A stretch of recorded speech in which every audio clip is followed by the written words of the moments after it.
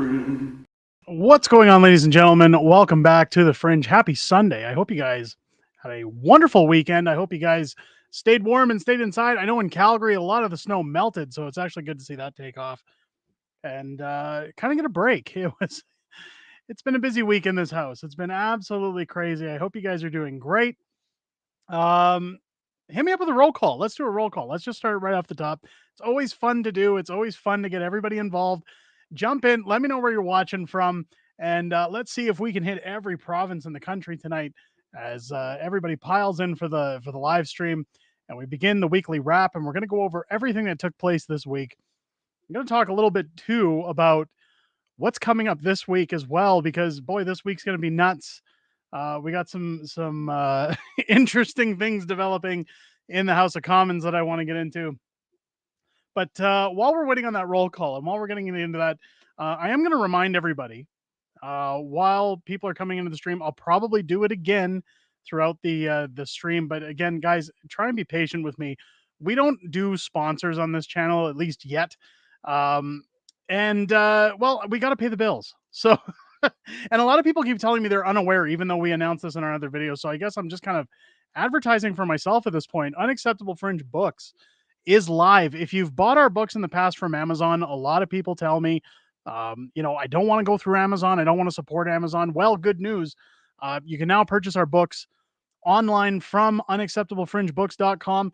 Now, because I have to procure the books and then ship them out, I've included shipping on the price of every book. So you will notice that the prices tend to about double what Amazon costs. But because there's a cost for me to get them, a cost to ship them out, I have offered to sign every book that it gets ordered. They are shipped straight to your door immediately. And of course, you can see you can buy all of our books in collection down here, with this one in exception, How the Prime Minister Stole Freedom, the Government Transparency Edition. Now, this one is a little more expensive, and I will point out that, again, that edition it's out of print right now. It was a limited edition run that we did last year at Christmas. I happen to have some inventory kicking around. I bought them for if I ever do shows or any kind of signings, and I kind of thought, you know what, let's unload that inventory. We'll get it out the door. Now, if you're familiar with the the POEC or the Emergency Act Commission, a lot of the government documents were redacted in that book. So we added a few extra lines of dialogue to this book, made them government redacted, like black and white file style, and just kind of had some fun with it, just as a thank you to everybody who had bought our book that year. But these ones do, again, go for a little bit more than the typical book, simply because they're out of print. There's less than 500 circulating right now, and I've only signed about 4 or 5 of them to date. So if you're a collector, if you like our books, not only is that a great way to support the channel and get the inventory out of my hands, but it's something that not a lot of people are going to own. So if you want to jump on those books, again, I understand people, have stuff going on in their lives. They can't always do those things. So I'm certainly not pushing for those things, but just to let you guys know in advance that unacceptablefringebooks.com is where you can go pick up any of our works signed, and looking forward to seeing how that's going moving forward. Has been very busy trying to get books shipped out for everybody. Let's jump in on the roll call. Theo jumping in from Mission, BC. Welcome into the stream, Theo. Tammy jumping in from Elliott Lake in Ontario. We've got Phoebe Long jumping in from Innisfail, Alberta. Welcome both of you into the stream. Trudeau Zakami joining us as always from Calgary. Welcome into the stream. How are you? Lynn Brown jumping in from Passawan, Ontario. Welcome into the stream. Fractured coming in from Windsor, Ontario. Welcome into the stream. Non-compliant Canadian, my favorite kind, jumping in from Eastern Ontario. Welcome into the stream. Pauline Schmidt coming in from Sherwood Park, Alberta. Great place, been there, love it. Welcome into the stream. Sapphire's coming in from Winnipeg saying it's raining here in Winnipeg and snow's disappearing. Good to know. I mean, Winnipeg, I grew up in Winnipeg and I absolutely love Winnipeg. I always say it's always going to be home for me, even though I've been in Calgary longer than I lived in Winnipeg. There's something about it. I just can't ever say that it's not home. It always feels like home when I go back to visit. So welcome into the stream. Good to see you in here. Suzanne Eckstein jumping into the stream. Suzanne, how are you? Welcome into the stream. Green Goddess coming in from Ottawa. Trudeau is toast. He is. We're going to get into that. Welcome into the stream. Glad to see you. Derek Macbeth, good friend of the channel. Welcome into the stream, Derek. He's in from Calgary. Good to see you in here. Do we have any more roll calls coming in? Let me see. We've got, I'm not ignoring the other comments, folks. We'll get to those. Dale Taylor's jumping in from Vancouver Island. Welcome into the stream. Zylo's on vacation in Branson, Missouri. That's okay. The USA is okay with me. We've got Sandy jumping in from Penticton, BC. Welcome into the stream. And we got Lynn B coming in from Strathmore, Alberta. Great town. Love Strathmore. Phoebe's jumping in saying, flush the turd. I'd love to. I'd love to. Suzanne saying it's very warm in Saskatchewan tonight. Snow's almost gone. Light mist of rain. Good to see. Mystical coming in once again from outer space. Glad you could get a signal and join us tonight on the stream, Mystical. This week's been nuts. It's been absolutely crazy. I don't know what's going on with YouTube, but I've heard rumors, and again, these are speculative rumors. I'm not going to say what's right, what's wrong with YouTube because I know very little when it comes to YouTube. I'm only about a year into running my YouTube career, you could say, making videos on the platform. But I've heard that when you deal in politics and when you cross that 10,000 subscriber threshold, it becomes harder to get your content out in terms of a light dusting of a shadow ban. Because let's face it, Justin Trudeau, he doesn't like you talking about him. He doesn't like you talking smack about him. Now, again, this is speculative. I could be wrong. It just seemed a little weird that this week, I mean, videos dropped and I checked analytics. I'm actually checking them right now as I'm talking about this. A lot of our videos last week launched, and it was saying that only about 60 or 70 people were notified when the video dropped. I know my wife has her bell turned on for notifications, and I'd call her over her lunch break and I'd be talking about, what I was working on, how things were doing on YouTube. And she said, I didn't get notified that you had a video drop, which is really bizarre because everything is turned on with YouTube. Everything's set up with them. So the problem isn't on my end, but I heard a lot of people actually messaging me saying, hey, you dropped all this content last week and I didn't get notified. If you guys are ever having issues like that, make sure to let me know in our communities tab or over on the Discord. You can join us on our free Discord. Link is down below in the description. Where I'll also be for about an hour after the show tonight, chatting with viewers. Every week, that's kind of a give back to the community thing. I sit back in there and we talk about everything you guys want to talk about. It's kind of a cool little hangout back and forth. So if you want to chat with me outside of these streams, outside of the videos, feel free to join our free Discord and hop in there at the end of this stream. However, a lot of people telling me they weren't getting notified this week. And again, videos, I was looking at videos that got like 12, 15, 20,000 views, and YouTube's telling me, well, out of a 12.5, 12,500 view video, 12,000 of those were generic and only like 200 were notifications. So I'm not sure what's going on there. I'm trying to fix that with YouTube. If you haven't yet, turn on your bell for notifications so that you can be notified whenever our videos drop here on the channel. But it's been a crazy week for content. Pierre Poilievre coming out this week with his tabled bill to vote this week on the carbon tax. Of course, we've seen a lot of pushback when it comes to the discount or the pause that Justin Trudeau gave on eastern provinces. Essentially, we say eastern provinces. I know it's Canada-wide, but when it comes to heating pumps, when it comes to heating fuel, it's mostly Eastern Canada, and it's a very small percentage of people that use that. Unless you're, again, in like St. John's, Newfoundland area, the East Coast, where it's more typical. We've seen a lot of pushback, and part of the problem, and I was talking to some good friends of mine in the Discord. I've got some good old associates that hang out with me during the week, and we chit chat about videos and stuff. And we were talking a lot about how I think things are unraveling for Justin Trudeau, and how a lot of people talk about scandal after scandal after scandal. We're seeing the Arrive Can scandal going full bore right now with Larry Brock. We're seeing a lot of things come to light when it comes to Justin Trudeau and his crooked ways. And a lot of people say, hey, nothing's going to come of this. He's going to skate. He always skates. I'm not so sure on this one. And I wanted to get into that. I wanted to get into why I think this is actually the end of Justin Trudeau. you see a lot more liberal pushback in terms of talking about replacements for Justin Trudeau. Now, none of those people measure up. None of those people are going to be able to carry the liberal brand, so to speak. So I'm not worried about Justin Trudeau stepping down. I also don't think Justin has the, um, I guess we'll say the level of intelligence to step down to see the writing on the wall. We've seen this last week that one of Jean Chrétien's former advisors, who was a Liberal MP, has advised that Trudeau step down, and Trudeau still said, "I wish him the best. Uh, I'm not going to step down." So, I mean, his hubris does get the better of him, and I don't think we're going to see that.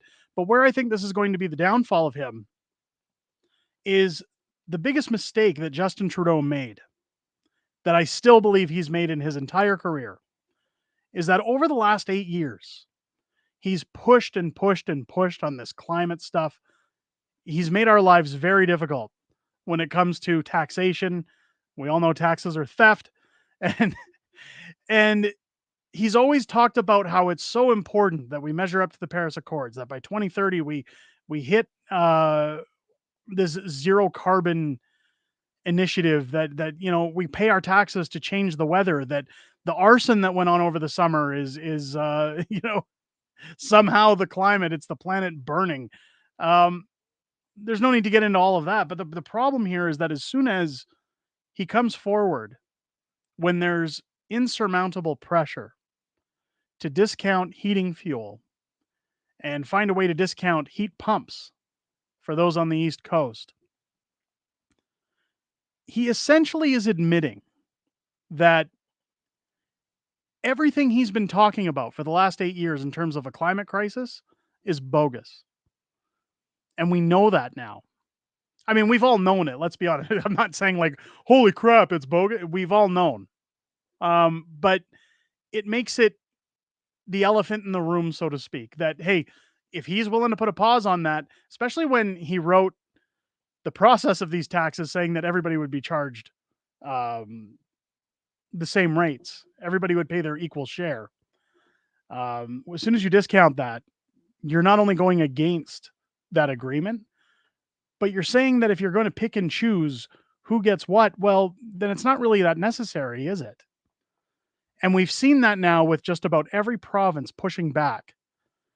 We've seen it with Scott Moe. We had a video drop earlier this week about Scott Moe talking about how, as of January 1st, he's no longer going to be collecting carbon tax if something isn't done. And we're going to get a little bit more into that as soon as I finish this point. But then we had Danielle Smith come back and say, look, we don't have a crown corporation when it comes to natural gas and heating. But Pierre Poilievre even made a good point on the same matter that Danielle did, that it's actually worse for the environment to use these heat pumps versus natural gas. So why are they getting a break and we're not? So Alberta's been pushing back. We've seen Manitoba mention the discount on the taxes. We've seen NDP governments in British Columbia mentioning, where's our discount? Where's, because the problem isn't these politicians. It's not that they believe their own bullshit that they're selling. The problem is that the cat's out of the bag, and even their left-wing constituents are starting to call them and say, hey, if they're getting a break, how come I'm not? People have been paying skyrocketed prices at the gas pumps for the last couple of years in terms of what the government takes in carbon tax.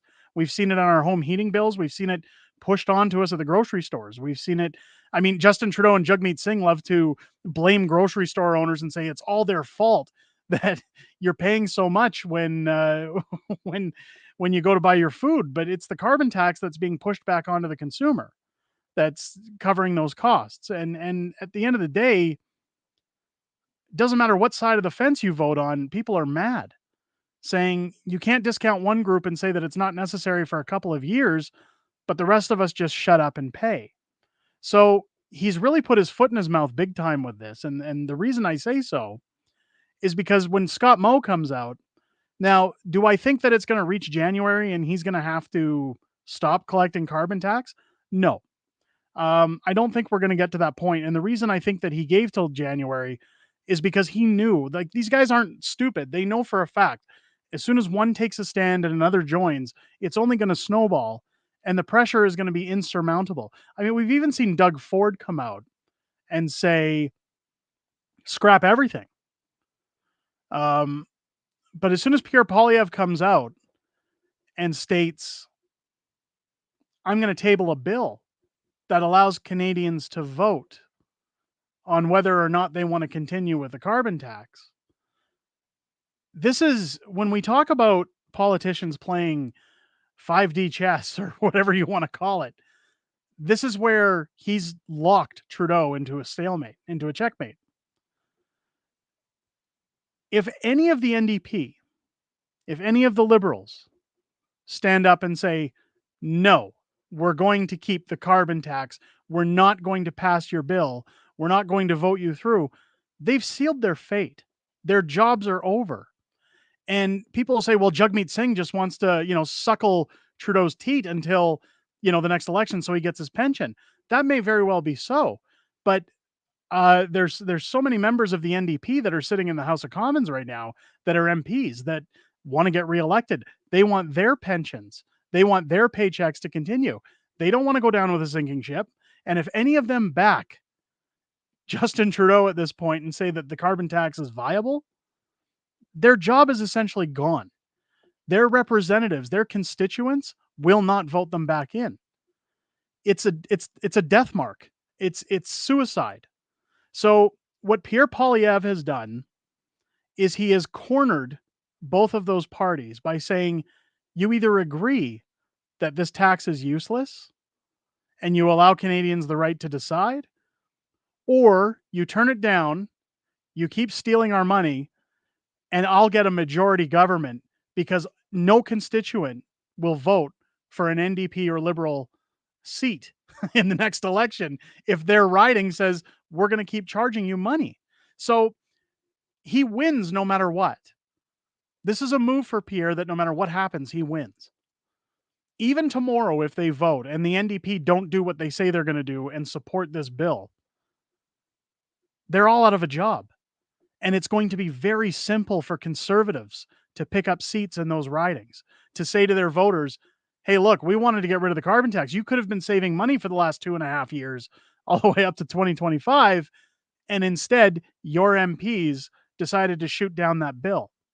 They decided to shoot down that vote. And that's when Conservatives can talk to those people and say, do you want to pay less income tax? It's not just about carbon tax. This is about your homes. Do you want to be able to afford to buy a home? Do you want to be able to afford to move if you ever want to move? My wife and I were talking the other day about selling our house and moving. Interest rates are too high. Even if we wanted to move, we've made enough on our equity that we'd have a significant down payment on another property. But the interest rates are too high and we just don't want to pay unnecessary money to the bank. So it's kind of like you'd have to be real stupid at this point to say, I want to support paying more taxes. I want to support paying more carbon fees. I want to support paying more at the grocery store. I want to get punished every time I turn my lights on. I don't know where else to go with this, folks. I mean, it's Pierre's game to win at this point. Love him or hate him. What he's just done by putting this bill forward and what it's going to speak in volume to constituents is that he's going to be the next Prime Minister of Canada. He's won without an election already. And I'm saying that as an unbiased individual. Everybody here has the right to vote for who they want to vote for. But if you're looking at strategy, if you're looking at the reason they did that, no government really cares what you're paying for taxes. The reason I say that,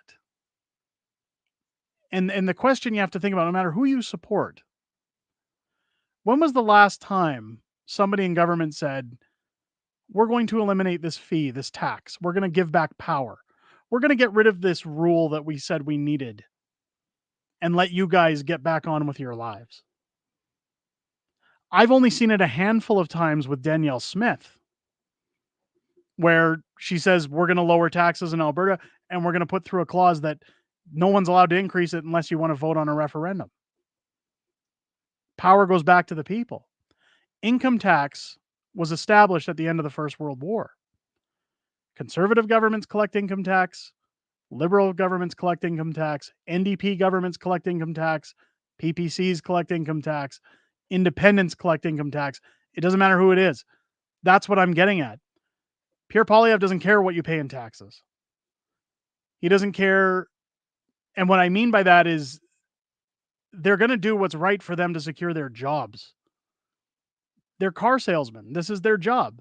Their job is to convince you that they're worth doing the big job, that they can handle things, that they can make our lives better.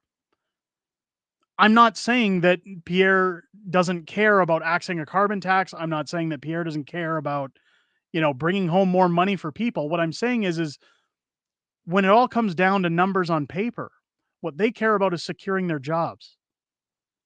So they have to strategize. They have to think, how do we do that? What do people need? What do people want? What do our constituents want?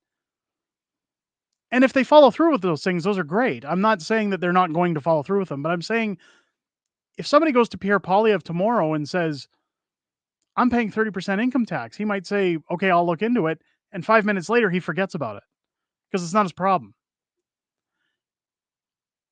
Please, please do not think that I'm bad mouthing government politicians here, saying that this is the way they all behave. I'm saying that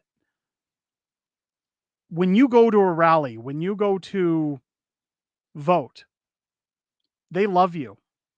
They want you to come in. It's the same if you go into a car dealership with $10,000 in your hand. They're happy to see you. Come on in. Let's talk. Let's tell you everything you want to hear. I mentioned this in my video with Danielle Smith this week, that it's refreshing to see a politician that finally says, here's what I'm going to do. And they do it immediately and then some, instead of just blowing smoke and only doing a few things. Now, before you criticize and jump on my back about Pierre or Max or anybody else, what I'm getting at is every promise you're getting from Pierre Poilievre, I can tell you right now, you're not going to get all of them. You'll get some version of them. And I'm not saying he's not going to get rid of carbon taxes or whatever, but what I'm saying is I've never seen a politician in history come out and promise everything they're going to do and then they go and do it all. It doesn't happen because there's a balance in government. There's people who vote down certain policies. There's people who don't. It's not that one individual that lies. That's how government works. They can't promise the moon and deliver the universe. So, in terms of strategy, after that long rant, Pierre secured, I believe, his seat as the next prime minister by voting on this carbon tax. I know, and again, while people are probably going to jump down my throat, whether you're watching this now or after the stream, I'll be honest, I'm more than likely going to vote for Pierre Poilievre in the next election because I like what he's selling. I've had private conversations with him and I like what he had to say. So if he's a car salesman, he sold me. And that's okay. But my point is, when these guys put these bills forward, when these guys strategize, when they think about how they're going to secure their jobs, they think about what people need. But that doesn't necessarily mean that it keeps them up at night, is what I'm trying to say. They have a goal, they know what they want, and they know how to get it. And I think I've put my foot in my mouth a couple times in this conversation because the problem when you're on the internet when you say things is people find easy ways to twist what you're saying and say, you're not supporting, you're talking the wrong stuff. I'm just trying to be real with people here because I look at my community as a group of intelligent people that can have a reasonable conversation and understand that nobody's attacking anybody. I think Pierre is going to be the next prime minister. I think that this vote's going to go through. My question is it just going to be on heating gas? Or are they going to axe the carbon tax altogether? Are they going to push for, I know it's starting with home heating, but is it going to snowball into more is my curiosity. Because again, just like giving the discount in the East, if you're willing to say we can pause the carbon tax, well, why can't we pause it altogether? People can't afford it. Just like Arrive can. Justin Trudeau can't come forward and say, we need that money because we've been spending recklessly for the last 8 years. So they're going to sit and lie and say, we need the tax. We need zero emissions. We need to push. Um, we need to stay the course. They want your money. You hear about $1 billion slush funds this week and carbon tax lining liberal supporter pockets. Heavy hitters. It's theft. Our government is actively stealing from us. And I'm curious to see just how far I'm more than convinced that if Pierre Poilievre was elected tomorrow to take the job of the prime minister, that he is going to get rid of the carbon tax. How much more money are we going to lose before then? If they got rid of the carbon tax tomorrow, if they paused it for 2 years, you would see food prices come down, inflation come down, interest rates come down. Everything would rebound by at least, my guess, 10 to 15% in terms of price. And we could start to put some confidence back in our country that you can spend your money. I know a lot of people right now that have a lot of savings. They've got a lot of money. They're not spending it. People who have money right now are not spending it. Because if this year is any indication as to what we're going to be walking into next year I think is going to be a hell of a lot worse than this year. Now, I'm talking financially. Like, I've heard rumor, and again, I have friends who work in the banking industry. Um, Anytime I go into my bank to do business, I sometimes chat with their advisors, just shooting the shit back and forth. And I'm always curious about where they see things going. Much like the discussion I said earlier, my wife and I had about potentially moving.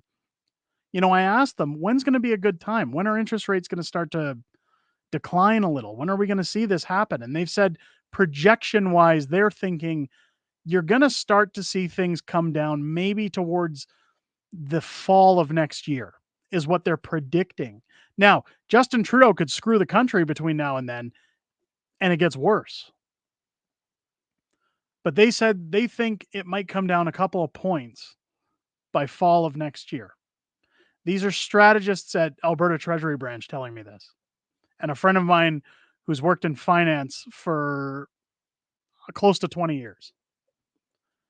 He worked in real estate, then he moved over to finance. He works in stocks and investment. Um, and he's usually close. He's not always right, but he's close when he makes his assumptions.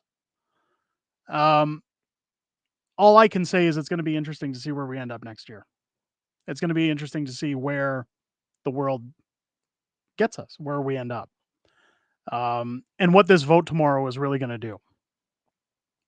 Speaking of that vote, Chrystia Freeland on Friday having a press conference saying that she's basically going to not rule out arresting Scott Moe for not paying his carbon tax.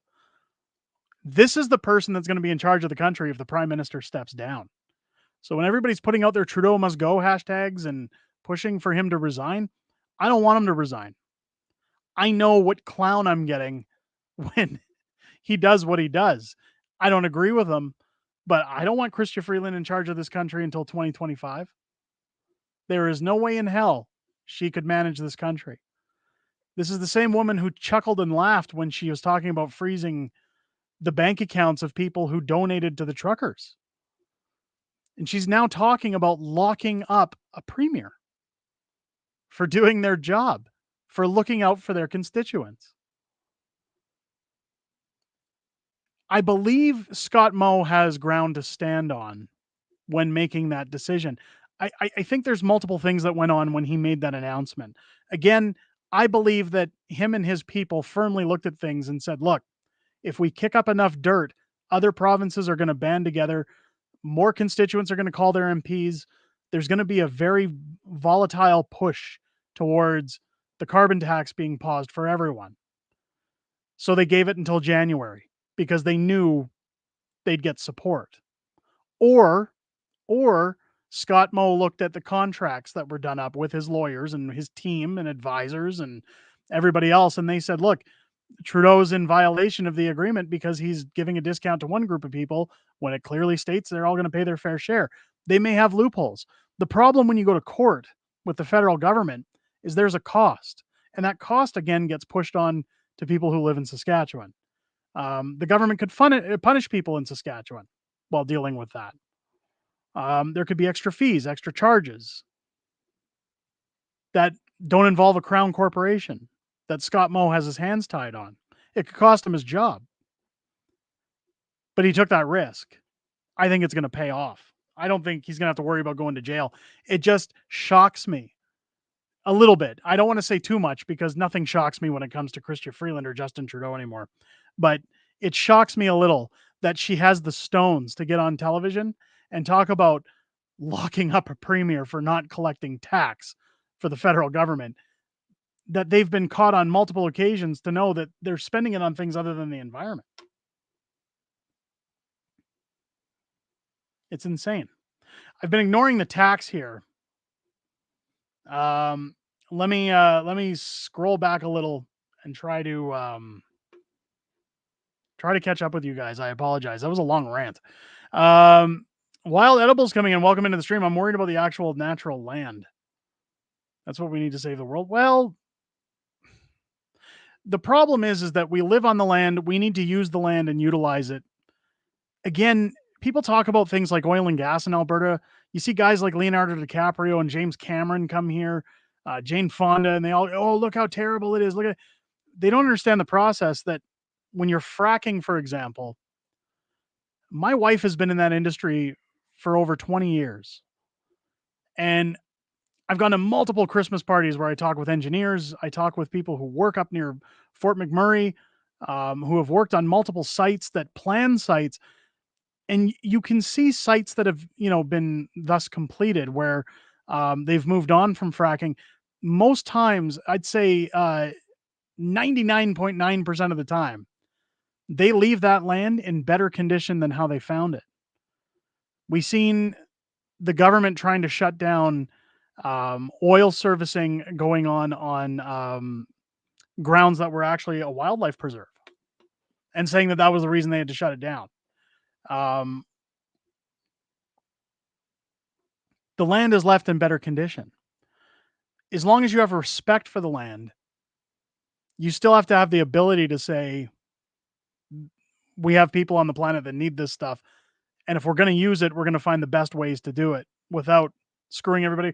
Nobody's out to screw the planet. Nobody's out to destroy the world we live in. We've only got one planet, right? We need to do something about how treaty. This is priority. Sorry, there might be a spelling error in there, Anna. I apologize. Welcome into the stream, though. They love you when you vote, and then the next day after the election, politicians forget about us. It kind of feels that way sometimes. They don't really forget about you in the sense of if you've bothered them enough, they'll take your calls. But I get why people feel that way. What other party laid out plans for bringing this country back, even though they say he has no plan? I'm guessing you're talking about Pierre there. I'm old enough to be your mom, and I've never seen a politician follow through on all campaign promises. I'm very jaded at this point in time. There we go. Lynn, fully agree. Thank you for that comment. I heard this vote is non-binding. Well, again, the vote doesn't have to be binding. That's where I'm saying if you're looking at strategy, the vote can go through. If they turn their backs on it, they're all out of a job. We're going into 2024.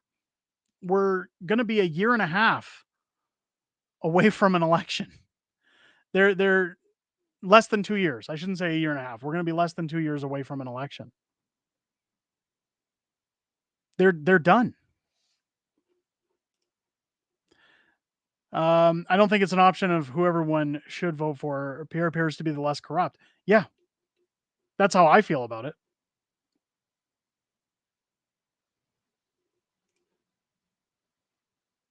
Am I trying to start defending my position if I get in as mayor?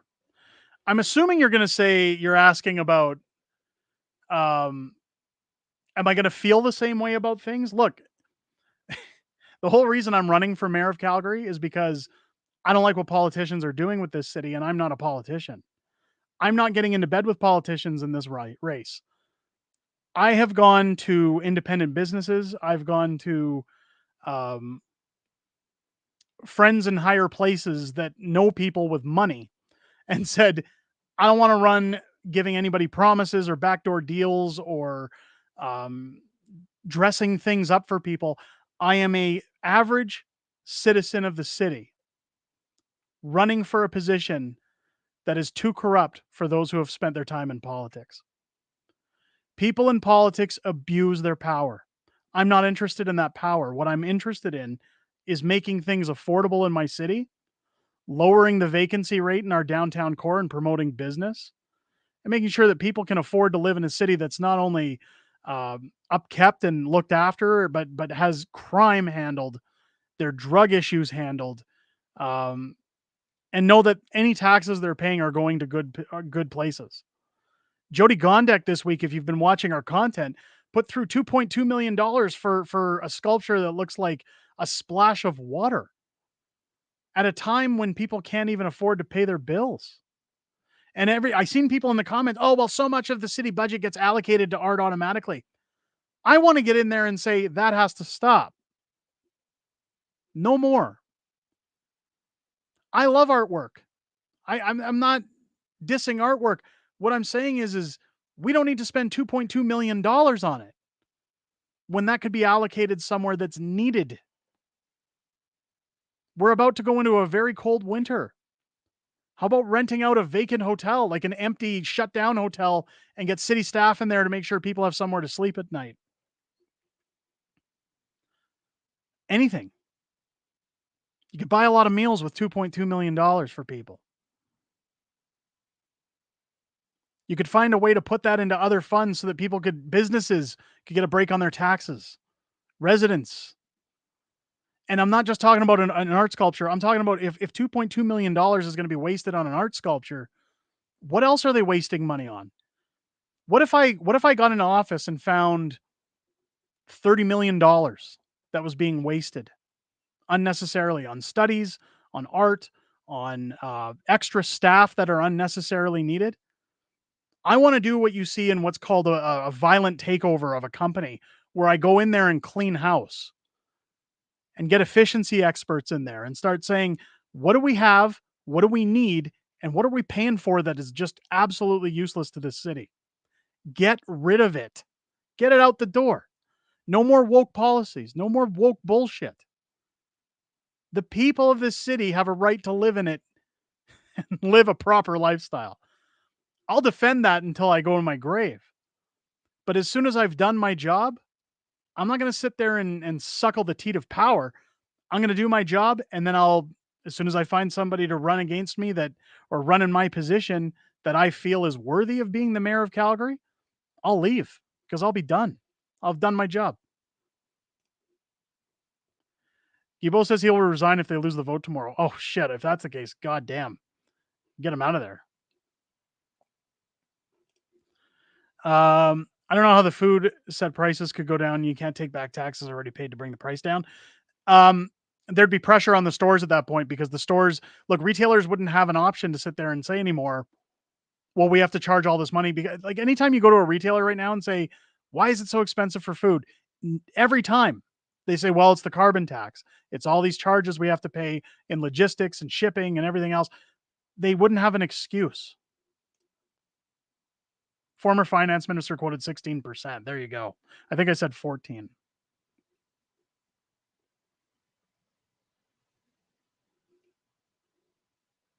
Let me get back down to the chat. Let's see.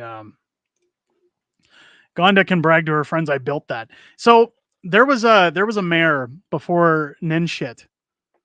I always called him Nenshit because I always said anytime I had to go to the bathroom, I said I'm going to go take a Nenshit. Before him was Dave Brown-Kanye. Dave Brown-Kanye was a crooked, horrible mayor.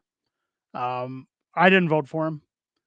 The problem with Dave Brown-Kanye was he was a real estate developer, and he did a West LRT extension that went into the southwest region of the town towards Canada Olympic Park.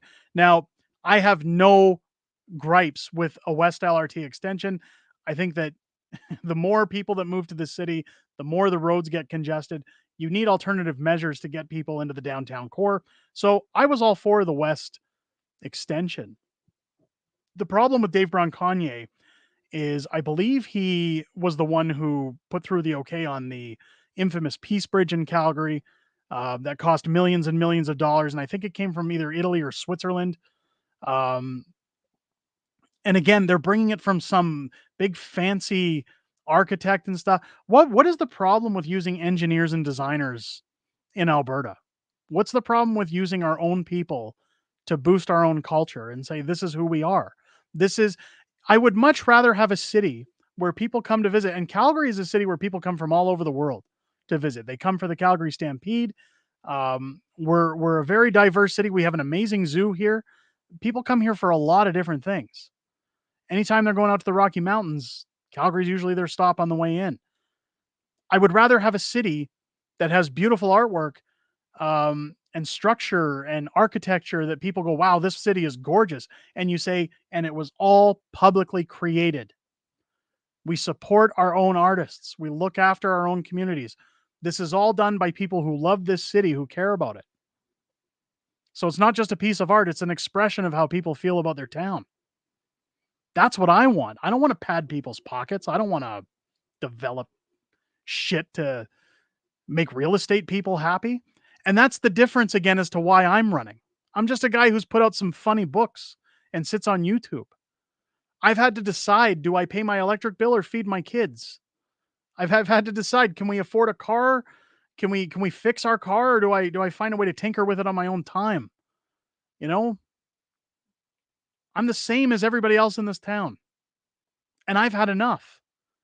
And I'm sick and tired of every election people coming up going, well, this is the side of the devil that I want. It's the best flip of the coin. It's the right side of the coin, I guess. It's either this or that. I don't want this or that. I don't want that stuff. I want this guy. That's what I want people to be able to vote for. Not, well, it's the best of the worst. Get rid of that. Get it out of here. The reason I wanted to run, I spoke with a former conservative MP, and I'm not going to mention their name in case they don't want it mentioned, um, where we were talking strategy of getting into this race. And they said, there is a way we can set this up that even if you lose, we win. And we're going to get more into that as time goes on. But I told him when he asked, why do you want to run? I said, I am so sick and tired of always hearing people say, well, this was the best choice out of what I had. People are fed up with politicians. And when you look at politicians, they either had a background as a lawyer or an accountant or a real estate developer, or they worked in finance. They're crooked. They're all crooked. They all just want power. I love my city. I want to fix my city. I want to make it livable. When I moved here in the mid 90s, this city was amazing. It was booming. Everybody was happy. People could afford to live here. You know, my friend's father had a fifth wheel trailer in the driveway. Every year they could afford to go on holiday. My mom used to go to Costco and pick up food and stock the freezer. So when friends came over, what do you guys want to eat? You can go downstairs. There's flats of drinks downstairs. There's food in the freezer. Go throw some stuff in the microwave. Enjoy yourselves. People can't do that anymore. There used to be one parent who worked and another at home, typically. Nobody can afford that anymore. I want to return to those days where people are told, look, your house is an overinflated number and it doesn't exist until you sell your house. I'm not going to tax you $1 million to live on the land here. We need services, but I want to get rid of the unnecessary services and save people money. Huge ass. $5 super chat. Thank you so much. Gibo will serve the public good much better by being a nuisance with no power than a tyrant with too much. I fully agree. Thank you so much for that super chat. Wow, that was amazing. Um,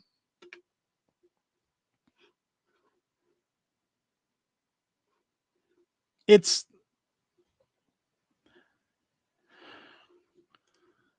Coventry or Country Hills was just getting built in Calgary then. It was.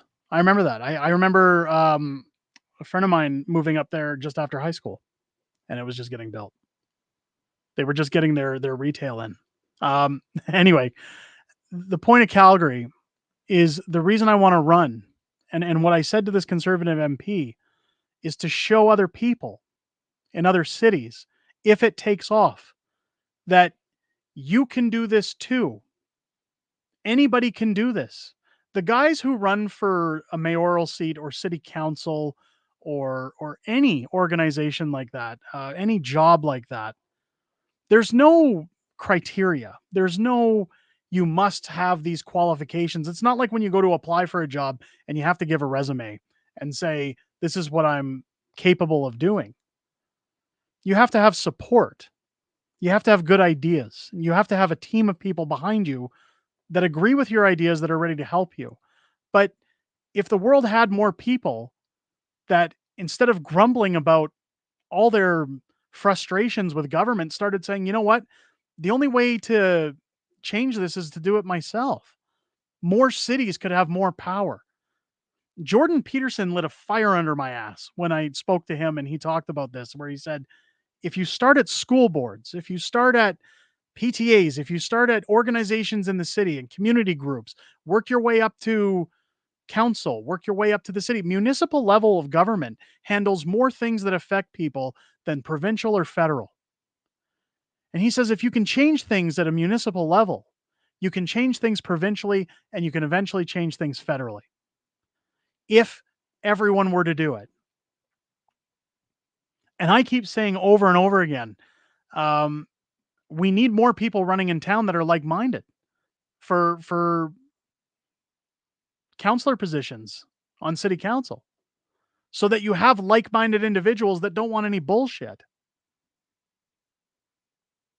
You just have to get people together who agree with your point of view, who support what you want for everybody. It's hard. And this election is going to be an uphill battle from hell. I'm prepared to jump into it because I love my city. I love my family. I want more for them. And no matter how many times I get knocked down, I get back up. I've had my closest friends say to me, "Do you understand how difficult it's going to be to win this race? Do you know how difficult it's going to be to get on to the mayor's seat and win this election?" And I said to them, I remember having this conversation almost 8 years ago when I started writing a novel. And one of my family members said, "Do you know how hard it is to become a best-selling author? Do you know why most people quit before they don't even get started? Don't waste your time with that stuff," they said. "Don't bother. You're not going to do it." And I loved that they said that because not only did I do that, I did it 4 times in a year, thanks to all of you. But I did that, and the next time I saw those family members and they said, "Wow, I can't believe everything I've seen. I've seen you on the news, I've seen you on YouTube, I've seen you all over the place, people talking about this. I ran into people that talk about it and I get to say that's my nephew or you know."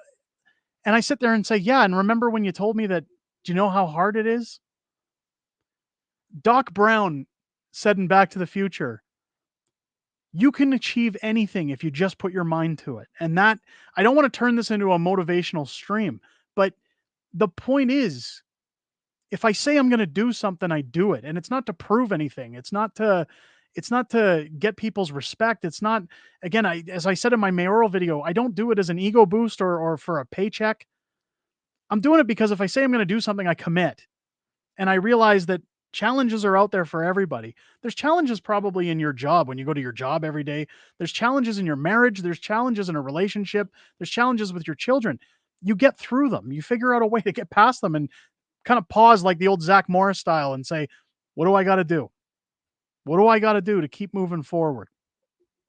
And each and every one of you watching the stream, all 170 of you, have the ability to turn around tomorrow and say, I'm sick and fucking tired of this government and I'm not going to take it anymore.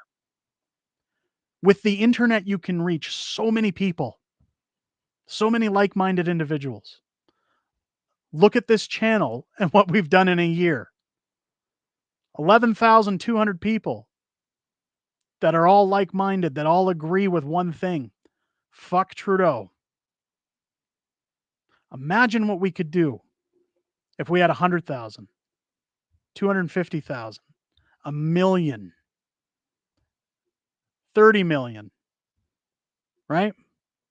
You can get a lot done if you have the right ideas.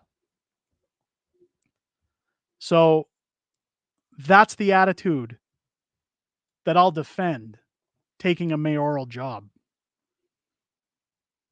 I'm not here for me. I'm not here to line somebody's pockets. I'm here to think about the common person, the problems that the single mom is dealing with at home, the problems the average family has thinking about what bills are coming up, what they have to pay. And I have to think about if I have any form of power to save them money because people were goddamn hard for it. How am I going to do that? New challenge. When I see people like Danielle Smith come in and do what they've done, they just had their big meeting over the weekend. I've never been more proud of my premier in my life. And I've never thought I'd say that about government. I am the most anti-government person on the planet. God damn, has she done a good job so far. I can't wait to see what the next 3.5 years are going to look like. I can't wait to have her on the show, by the way. Danielle Smith is going to be joining us here. Well, not live, but Danielle Smith will be joining us on the channel for an interview the next week and a half. And that'll be dropping here on the channel. So make sure to check that out. Really looking forward to that. It's going to be great. I'm really looking forward to it. Wow, kind of got off on a tangent there, folks. I apologize. Once again, I will remind everybody, anybody who's late into the stream, and I know I'm going to watch the viewers drop here because this happens every fucking time. We don't have sponsors on the channel, but this is more. A lot of people tell me, "Hey, I didn't know you had this. I didn't know this was available." But again, if you look at my videos, this is always down in the description. Unacceptable Fringe Books. You can now buy our books and our properties outside of Amazon. You don't have to support Amazon now. This goes directly to myself, my illustrator. And since I've procured these books in our collection now, there is a cost for me to get them from Amazon and then ship them out to you. So what I've actually had to do for raising the price is I'm signing every single book. Every book that's on this site, when you go to unacceptablefringebooks.com, it does come autographed. The price does include shipping. And of course, we have our collector's edition. There's only about 30 of those, I believe, on hand, maybe less at this point. But they do go for a little bit more because they are out of print. It was a limited edition run, and I've only signed about 4 or 5 of them. So for anybody who wants to collect these books, this is a collector's item at this point because there's less than 500 in existence. And once they're gone out of my hands, hey, we're not making them anymore. So get your hands on it if you missed out last winter when we did those on a limited time run. But unacceptablefringebooks.com, you can go pick up our books. I'm going to have some new merch dropping this week. I've got a problem. So the company that I run our shirts through, they anytime you put something that has a Canadian maple leaf on it, they tend to restrict the item until they can clear it. And since I uploaded over a weekend, it's going to take a little bit of time. But I wanted to show this design that is coming to our store for merch. I'm really looking forward to this one that I've made that will be hitting our shirts, as well as coffee mugs and everything else. Guys, I'm sorry, I'm not trying to shill on the stream, but I really like this design I made over the weekend. If you're a fan of the Grand Theft Auto video games, we've done Grand Theft Scandal, and of course, in the art style of Grand Theft Auto, with the drawings of the characters. You'll see that on the thumbnail of tonight's video. I tried to do something a little unique with the thumbnail, but Grand Theft Scandal is going to be available on our designs at some point this week. I will be making a post of that. I'll make sure to include in one of our videos as soon as that's available. So be on the lookout for that. I'm looking forward to bringing that your guys' way later this week. I know my wife has already said she's ordering coffee mugs and a couple of shirts because, hey, she likes the work I do, and I'm good with that. Let's get caught up in the chat. You need to post your store in the description field of this live stream. You know what? Let me Let me do that right now. So if you're wanting any of our merchandise in terms of shirts, hats, coffee mugs, um, reusable cups, I guess you could say, like the metal cups, you can go to unacceptablefringe.myspace or not MySpace. myspreadshop.ca. Link is in the chat there. Let me get it up on the screen. Unacceptable-fringe.myspreadshop.ca. Why did I say MySpace? Holy shit. And then also, if you're wanting to get our signed books, I know a lot of people were looking for those. You can head over again while I have inventory to unacceptablefringebooks.com where you can order your books. Again, I ship them out very quickly. So you guys get them real fast. And again, usually it's next day. If you order in the morning, I'll get it shipped in the afternoon, same day. If it's late afternoon, I'd say after 12 noon Mountain Time, I'll most likely ship by the next day. But you guys do get them very quickly. So head over there, grab them while I have the inventory, and secure yourself some signed books. Again, I'm watching the viewers drop. As soon as you start talking products, everybody leaves. But hey, that's okay. Amnesty's jumped into the stream. Welcome in, Amnesty. Good to see you. Susan Collicott jumping in. That's okay, Susan. Don't mind that you're late. It's not a big deal. Again, everybody, as I get to the point of wrapping up this stream, and I feel bad because Susan just jumped in. There is a link to our Discord in the description, but let me pull it up for you guys. Make sure to join our Discord, which is free to join. Our Discord's free to join, and I'm going to be hanging out in there for about an hour after the stream. And you can join the Discord. You can join by phone. If you want to, it's just like making a phone call. You just put it on speaker if you want to. You can join us in the chat. Here's the link to the Discord. You can join us in our Discord. Join our Unacceptable Discord down below. The Discord, we have a section for if anybody has any video ideas, if they want to drop anything they want to see. We have a general chat if you guys want to post anything in there, anything that's on your mind. I'm always happy to read it. I try to get in there as much as I can.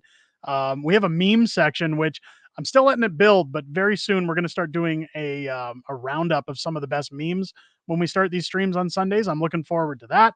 And then after our streams on Sundays, again, we head in. It's just a give back to the community where we talk about what you guys want to talk about. I'm there for you guys. So I'm always happy to see new folks in there. We had a really good launch last week for our first kind of dip into the Discord waters. And yeah, I'm really looking forward to seeing some folks in there. It's going to be a lot of fun. Carla jumping in. Always stay positive in your quest. Don't let anybody discourage you. You don't need negativity. Stay strong. Look, what I was saying earlier is that anytime somebody says you can't do something, I only have two words for them, and that's watch me. So I encourage you all to do the same. This life can be difficult. There are times where people have trying issues or where they're tested. And I always say that no matter how bad it gets, no matter how bad you get knocked down, my favorite quote from Sylvester Stallone was always that it doesn't matter. Life is going to beat you to your knees and it will keep you there if you let it. And it's not about how hard you get hit. Or it's not about, sorry, it's not about how hard you can hit. It's about how hard you can get hit and move forward. That's how winning is done. And that's the quote I take with me throughout my entire life. When my mother was deciding if she should take chemotherapy, I gave her that quote. I said that to her that, hey, you can give up. You can roll over and give up, or you can get up, dust yourself off, and take what we can get. And she did it. She fought. I would encourage anybody who's having a rough day, look at that quote from Rocky, one of the best quotes in movies. And again, that is my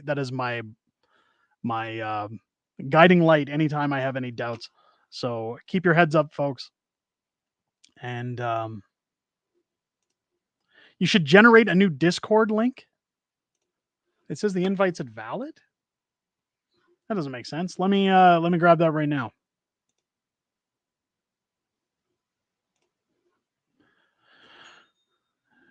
Copy. Sorry, folks. Bear with me. There's the link straight from Discord. I just grabbed it right now. If that link is dead, that's on a YouTube video I pulled it off of. I'll make sure to um, figure that one out. I apologize, folks. But there's the Discord link. I'll flash that up on the screen in case anybody's watching this after the stream. This is the Discord. Make sure to jump in, hang out with us in the Discord every Sunday after the stream. Like I said, I'll be in there for about an hour. I'm really looking forward to seeing everybody in there and chatting about all the things you guys want to chat about and hearing what you have to say. Because I mean, I'm grateful every Sunday that you guys come out here and want to listen to me flap my mouth. It's very humbling, and I appreciate each and every one of you for coming out. Thank you for spending your Sunday evening with us here on the channel. In terms of videos this week, I will be having Marty up north joining me this week to talk about the Alberta pension plan, as well as some things going on when it comes to Jody Gondek and her $2.2 million statue. I'm looking forward to sitting down with Marty. He's a good friend of the channel. So that should be coming up probably Thursday or Friday on the channel.